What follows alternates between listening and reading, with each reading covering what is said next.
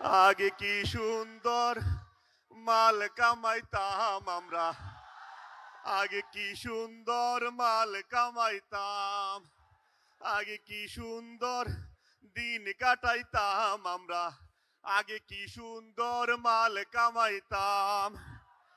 Tender যখন হইতো আপাই আমগো ডাকতো, উন্নয়নের নামে সবই লুটা খাইতাম। টেন্ডার যখন হইতো আপাই আমগো ডাকতো, উন্নয়নের নামে সবই লুটা খাইতাম। পাইপ গান, মেশিন গান, গানেরই তুফান, পাইপ গান, মেশিন গান, গানেরই তুফান, লইয়া শটগান নৌকার মিছিল করিতাম আমরা, লইয়া পিস্তল নৌকার মিছিল করিতাম।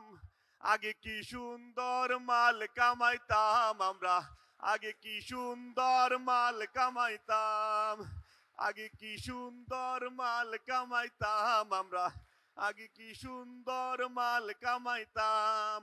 হিন্দু বাড়ি তো টাকা পয়সা থাকতো, আমরা সবাই গিয়া ডাকাতি করিতাম। হিন্দু বাড়ি তো পূজা যখন হইতো, আমরা সবাই গিয়া মূর্তি ভাঙিতাম। তদন্তের কি দরকার, আমরাই তো সরকার, তদন্তের কি দরকার, আওয়ামী লীগ সরকার, জামাত বিএনপি রে ফাঁসাইয়া দিতাম আমরা, জামাত বিএনপি রে ফাঁসাইয়া দিতাম। আগে কি সুন্দর মাল কামাইতাম আমরা, আগে কি সুন্দর মাল কামাইতাম, আগে কি সুন্দর মাল কামাইতাম আমরা, আগে কি সুন্দর মাল কামাইতাম। করি যে ভাবনা ক্ষমতা কি পাবো না, ছিল বাসনা মন্ত্রী হইতাম। দিন হাতে দিন হইতাছে কঠিন, ভাঙা হাত পা লইয়া কোন পথে যাইতাম আমি, ভাঙা হাত পা লইয়া কোন পথে যাইতাম। আগে কি সুন্দর মাল কামাইতাম আমরা, আগে কি সুন্দর মাল কামাইতাম, আগে কি সুন্দর। কি কেডা এটা, কে ফোন দিল এই সময়? ও কি, ও কি এদি ইন্ডিয়ান নাম্বার, ইন্ডিয়ান নাম্বার, নিশ্চয় আপা ফোন দিছে, ইন্ডিয়ান নাম্বার। এই ফোন ধরমু না, এই ফোন ধরমু না। আজ পর্যন্ত যতজনের লগে কথা কইছে অতটাই ফাঁসিয়ে গেছে, অতটাই কট খাইছে। এই ফোন ধরা যাইবে না। হ্যাঁ, এখন ফোন দেয়, এখন ফোন দেন কে? যখন পালাইছেন তখন কি আমাকে কথা মনে আসিল না? কত কিছু করছি এই দলের লাগা, কত মারামারি করছি, কত কিছু করছি। ঠিকই তো, পালানোর সময় হেলিকপ্টার দিয়ে একা একা পালাইছে, আমার কথা মনে নাই? এত বড় একটা হেলিকপ্টার, সিপা সাপা কি একটু জায়গা হয় নাই আমাগো? কি কমু, দুঃখের কথা, কষ্ট লাগে।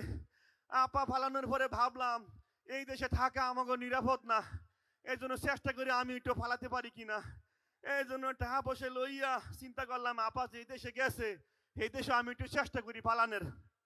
এজন্য ব্যাগের মধ্যে টাকা বসে লইয়া গেলাম গাবতলি, দেহি বেনাফুল দিয়া ইন্ডিয়ানি যাওয়া যায়। এরে আল্লাহ, চিন্তা করলাম গাবতলি দিয়া বাসে উঠলে যদি আমার চিনালে আমি তো নেতা, বাসে তো ওটা যাইবে না। সামনে যায় দেখি একটা টেরা খাইয়ে, থামাইলাম টেরাকটারে, কই ভাই কোন দিকে যাইবা? টেরাকলা কয় আমি যশোর যামু। কইলাম ভাই আমারে লইয়া যা। কয় সামনে তো বসার জায়গা না, আমরা নিতে পারবো না। আমি কইলাম ভাই তোরে 20,000 টাকা দিমু, তুই আমারে লইয়া যা।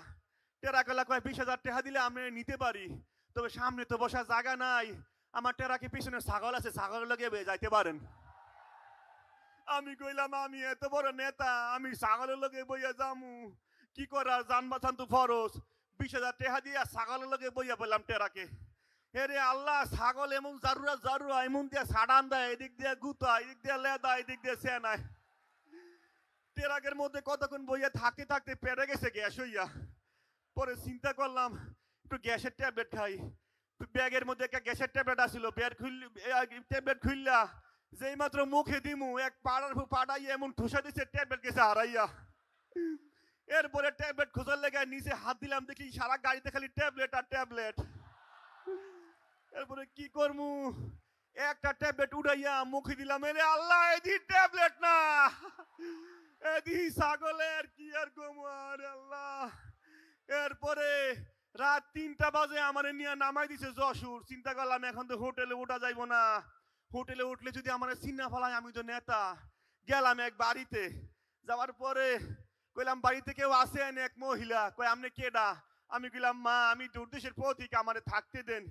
কয় না বাড়িতে তো থার জায়গা নাই, আমি থাকতে দিতে পারবো না, তাছাড়া পুরুষ লোক নাই। আমি কইলাম মা আমার খালি রাইতে থাকতে দেন, আপনার 20,000 টাকা দিমু। ওই মহিলা কয় 20,000 টাকা দিলে আপনারা থাকতে দিতে পারি, তবে এই হয়তো তাহার জায়গা নাই, পাশে একটা গোয়াল ঘর আছে, গরুর লগে থাকতে পারেন। আমি কইলাম আল্লাহ হারা রাস্তায় ছাগলের লগে আইয়া এখন আবার গরুর লগে কি করমু, জান বাঁচান তো ফরজ। 20,000 টাকা দিয়া যাইয়া গরুর লগে হইয়া পড়লাম। যে মাত্র চোখ লাগিয়েছে একটু ছাই দিয়ে, আরে বৃষ্টি, এমন বৃষ্টির বৃষ্টি। আমি কইলাম কি আকাশের তো অবস্থা এত খারাপ না, বৃষ্টি এলো কইতিয়া। সাইয়া দেখি আল্লাহর বলদ আমার উপরে জল বিসর্জন করতেছে।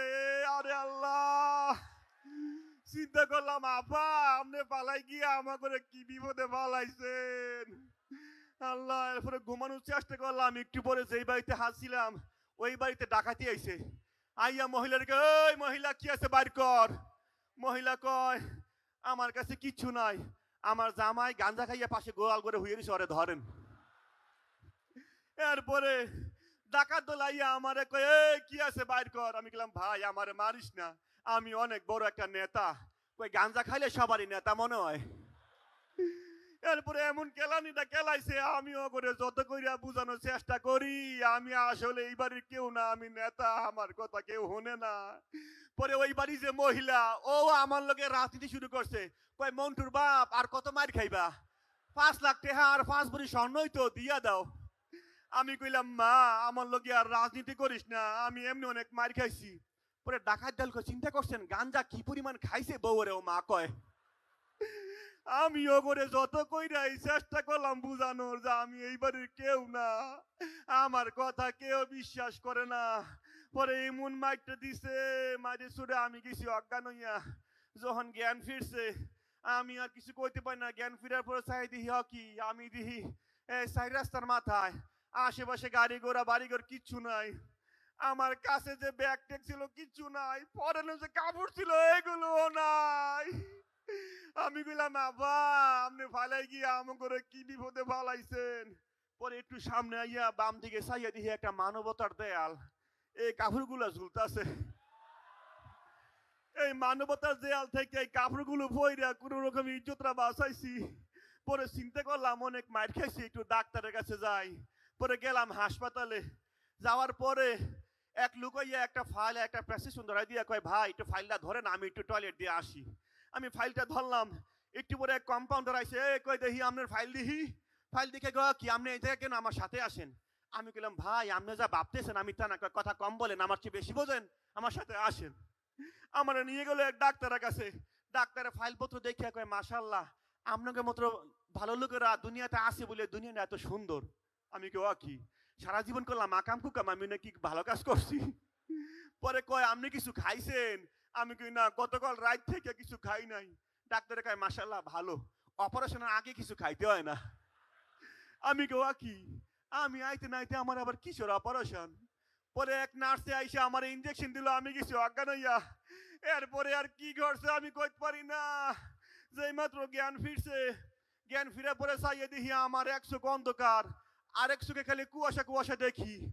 পরে নার্স আইয়া কয় আলহামদুলিল্লাহ অপারেশন সাকসেসফুল, জ্ঞান ফিরছে। আমি কইলাম আপা আমি তো হাত ভাঙছি, আপনি কিসের অপারেশন করছেন। কয় কি আপনি তো বৈষম্য বিরোধী ছাত্র আন্দোলনের এক ছাত্রের যোগদান করছেন, তার অপারেশন। আমি কইলাম আল্লাহ কি কয়, 4 তারিখ পর্যন্ত যে ছাত্র করে আমরা পিটাইছি কিলাইছি গুলাগুলি করে মারছি, আমি নাকি ওই ছাত্র করে যোগদান করছি। আমি কইলাম আল্লাহ তুমি আমার উড়াইয়ে লইয়ে যাও। পরে ওই নার্স কয় আপনি কি মরণোত্তর দেহদান করতে চান। আমি কি আমি তো জামাত শিবিরে পাল্লাই পড়ে গেছি, নিশ্চয় এরা জামাত শিবির, না হলে আমার এগোতে হইতো না। পরে কোন রকমের জানরা বাঁচাইয়া আমি আসছি। কিন্তু আমার কথা হইন না আপনারা এত হাসতেছেন কা, এন কি জামাত শিবির আছে নাকি? ওরে আল্লাহ কি কয় এলেও নাকি জামাত শিবির আমি ঘুরে ফিরে খালি জামাত শিবিরে পাল্লায় পড়তেছি জামাত শিবির ওরে আল্লাহ কি কয় আমার নাকি আবার ধরবে আরে আল্লাহ